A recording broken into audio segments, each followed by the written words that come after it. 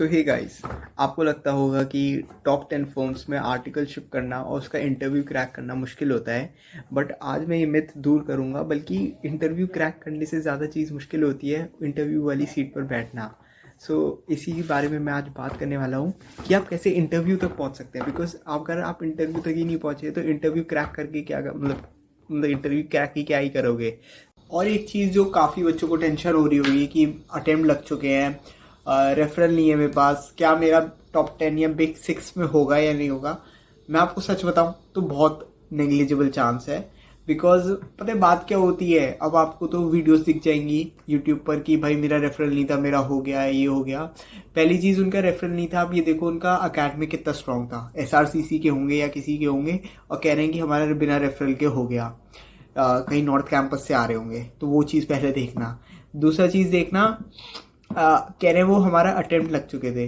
अब पता है कई बार क्या होता है, एक मौका सही लग जाता है कि यार एक टीम में वैकेंसी थी, उन्होंने कहीं पोस्ट डाली नहीं और मैंने पहले ही उनको रीच आउट कर लिया, तो एक वो लक फैक्टर भी आ जाता है कहीं ना कहीं। तो इसलिए मैं फॉल्स होप्स नहीं देना चाहता आप सबको कि यार हो जाता है, बहुत मुश्किल होता है। बिकॉज यार क्या होता है ना, उनके पास 1000 रेज्यूमे आए, उस स्क्रीनिंग में ही आप बाहर हो जाओगे, तो आप तक तो नंबर ही नहीं आ पाएगा, आपको इंटरव्यू के लिए बुला ही नहीं पाएंगे वो, क्योंकि 1000 लोगों को थोड़ी इंटरव्यू के लिए बुलाएंगे। दूसरा क्या होता है, उस टाइम पे इतने वॉल्यूम में रिक्वेस्ट आ रही होती है ना कि मतलब आपकी रिक्वेस्ट तो कहीं खो ही जाएगी। मेरे भी फ्रेंड ने लोधा एंड कंपनी की वैकेंसी डाली थी, लोधा एंड कंपनी में 150 रिक्वेस्ट आ गए, वो भी अब के टाइम पे, मतलब जब ऑलमोस्ट सब आर्टिकलशिप कर चुके हैं मार्च में। तो इस लेवल पे चलता है वहाँ पे। आप देखोगे किसी भी बिग 4 के पोस्ट पे 600-700 कमेंट्स हो जाते हैं। तो एक वो बहुत इंपॉर्टेंट चीज़ है, तो ये अपने माइंड में लेकर चलना। लेकिन ये नहीं है कि आप अप्लाई ना करो, ज़्यादा से ज़्यादा लोगों को रीच आउट करो, क्या पता आपका भी हिट हो जाए और आपको चांस मिल जाए। तो रेगुलर कॉलेज बहुत मस्त होता है, इज़ अ मस्ट, मतलब वो देखते ही देखते हैं स्क्रीनिंग में। रेगुलर कॉलेज मेरा नहीं था, मतलब कि अगर रेफरल ले तो मतलब हो सकता है, लेकिन काफ़ी, वही मैं कह रहा हूँ, लक फैक्टर या नेग्लिजिबल चांस हो जाते हैं। रेगुलर कॉलेज रैंक हो तो नथिंग गुड लाइक दैट। ये सब चीज़ें दे मैटर। तो आज आप सबसे रिक्वेस्ट है कि आप इस वीडियो को पूरा देखिएगा, क्योंकि इसके अंदर मैं आपको इंटरव्यू की नहीं टिप्स दूंगा, बल्कि इंटरव्यू तक कैसे पहुंचना है उसके बारे में बताऊंगा। और इट वुड बी, मैं ये बोलता नहीं हूँ कभी, लेकिन इस वीडियो में बोल रहा हूँ, प्लीज़ लास्ट तक देखना, तभी फ़ायदा मिलेगा। तो इंटरव्यू सीट तक कैसे पहुँचना है, दैट्स वेरी इंपॉर्टेंट। तो पहले मैं वीडियो स्टार्ट करने से पहले बताता हूँ, I am currently pursuing my articleship from SS Kothari and Mehta company में, जो बेसिकली नाम है पहले बिग फोर्स, फिर है अपनी video RSMGT, and then Indian companies like SS Kothari, Lodha and company, और फिर कोई होगी जो लिस्ट ऊपर नीचे होती रहती है। बट बेसिकली ये सारी फर्म्स आती हैं टॉप 10 में।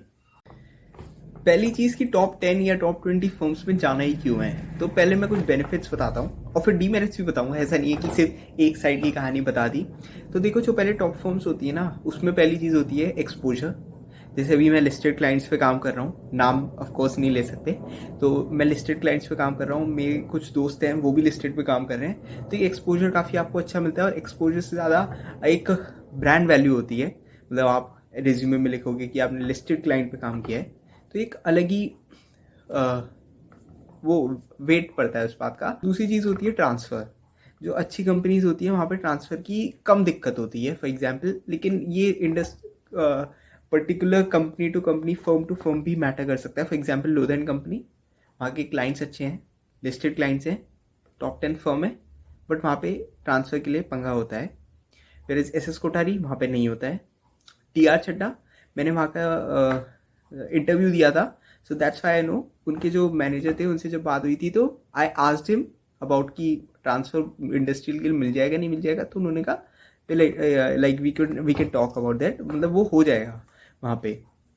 There is one company Singhi, वहाँ पे उन्होंने सीधा ही मना कर दिया। तो it depends like firm to firm, but एक हायर चांस होता है, जितनी बड़ी फर्म होगी उतना ज़्यादा वो परेशान कम करेंगे इन टर्म्स ऑफ ट्रांसफ़र। तो ये दो फायदे हैं। अब जो डीमेरिट होता है वो होता है कि यार आपको मिड साइज में ना सब कुछ करने को मिल जाता है। आप GST भी फाइल करते हो, आप ऑडिट पे भी जाओगे, आपको हर चीज़ करने को मिल जाती है। तो किसी किसी को वो अच्छा लगता है। तो अगर आप प्रैक्टिस कर रहे हो या कुछ भी कर रहे हो, तो इट्स लाइक हाँ, और वर्क प्रेशर कम होता है, क्योंकि वहाँ पे लाइक लिमिटेड आवर्स काम करना है। यहाँ पे आपको कभी कभी एक्स्ट्रा भी बैठना पड़ सकता है। अब हम बात करते हैं कि आपकी क्या, आपने अगर अभी जस्ट आपके एग्जाम खत्म हुए हैं, लाइक बोथ ग्रुप और सेकंड ग्रुप, तो आज से ही आपको आर्टिकलशिप के लिए तैयारी करनी पड़ेगी। अगर आप सोचो कि रिजल्ट आने के बाद आप स्टार्ट करोगे आर्टिकलशिप हंट, तो आप बहुत बड़ी गलती कर रहे हो। मैंने भी ये गलती की थी, काफ़ी लोगों ने गलती की थी। आपको क्या करना है, आपके एग्जाम्स खत्म हो गए, अब आपको, अब ये ध्यान से सुनना क्योंकि ये बहुत इंपॉर्टेंट है। आपके एग्जाम्स खत्म हो गए, अब आपको सबको, लोग जो भी वहाँ पे काम कर रहे हैं, आर्टिकल्स, जो भी टॉप 10 फर्म्स में, लाइक बिग 4 और बिग 6 में तो करना ही करना, जो भी आर्टिकल्स हैं, वहाँ के HR है, वहाँ के टैलेंट एक्विजिशन टीम है, और बेसिकली आर्टिकल्स तो बहुत इंपॉर्टेंट है, उनको सबको अपनी फॉलो रिक्वेस्ट भेज दो, कनेक्शन रिक्वेस्ट भेज दो लिंक्डइन पर। ये बहुत इंपॉर्टेंट है बिकॉज उनको टाइम लगेगा, और जब आप वैकेंसीज आती है ना तो वही लोग डालते हैं, और फिर आपको उनसे कनेक्ट करना पड़ता है और उनको अपने चैट पे आपको अपना रिज्यूमे फॉरवर्ड करना पड़ता है। तो अगर आप पहले से ही कनेक्टेड होंगे तो आपके लिए बहुत आसान होगा। दूसरी चीज़, अगर वो ना भी डालें तो आप उनको लिख सकते हो कि हे दिस आप मुझे किसी से कनेक्ट करवा दीजिए जो जहाँ पे वैकेंसी हो, क्योंकि इंटरनली उन्हें पता होता है कि कौन वैकेंसीज और इन सब से डील करता है या फिर किस टीम में वैकेंसी है, तो उन्हें पता होता है।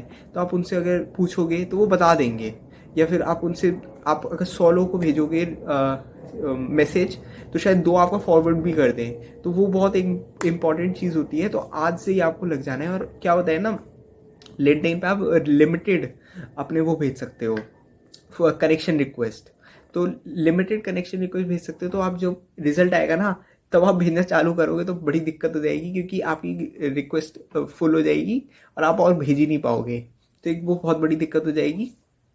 तरीका है प्री प्लेसमेंट ड्राइव्स। अगर आपको प्री प्लेसमेंट मतलब कि प्री रिजल्ट ड्राइव्स, तो अगर आपको रिजल्ट से पहले ही वहाँ पे आर्टिकलशिप मिल जाती है, मतलब कि वो आपको सिलेक्ट कर लेंगे। If the result is positive then you are selected, and if it's negative it's null. तो मतलब वो भी बहुत एक सही चीज़ रहती है, आपको पहले से ही आपको पता होता है कि हाँ मुझे आर्टिकलशिप मिलने वाली है।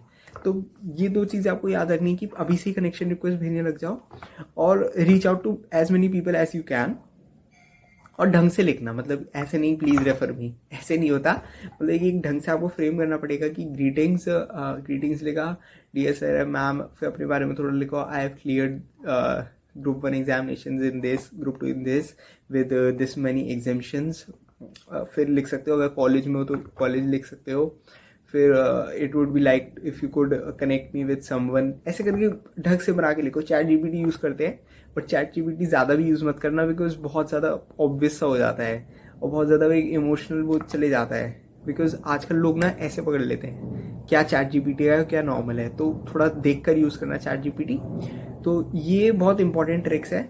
अब देखो जो इंटरव्यू है ना, इंटरव्यू के लिए मैं अलग वीडियो बना सकता हूँ, बिकॉज ये बहुत बड़ी वीडियो हो गई है। मेरा बेसिक मोटिव ये था कि आपका शॉर्ट लिस्ट हो रहा है रेज्यूमे, और रेज्यूमे जो बनाना है ना वो आपको एक फिक्स्ड फॉर्मेट होता है। एक चैनल है तेज मॉनिटरिंग, वो तेज कुछ करके ऐसे है, आप सर्च करोगे आपको मिल जाएगा, सीए रिलेटेड ही है। उन्होंने एक रेज्यूमे का टेम्पलेट डाला है, वो परफेक्ट टेम्पलेट है, उसी के थ्रू जाओ। अब जो फोटो बिल्कुल भी नहीं डालनी होती रेज्यूमे में।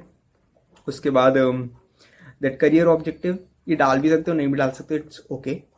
डिक्लेरेशन डाल सकते हो नहीं डाल सकते, इट्स ओके, कोई कुछ भी कहे। ना डालोगे तब भी चलता है और डालोगे तब भी चलता है, इट डजेंट मैटर मच। तो आप उनका देख सकते हो, उन्होंने एक अच्छा रेज्यूमे दिया है। So that's it for today guys. अगर कोई डाउट हो तो आप कमेंट में डाल सकते हो। तो दैट्स इट।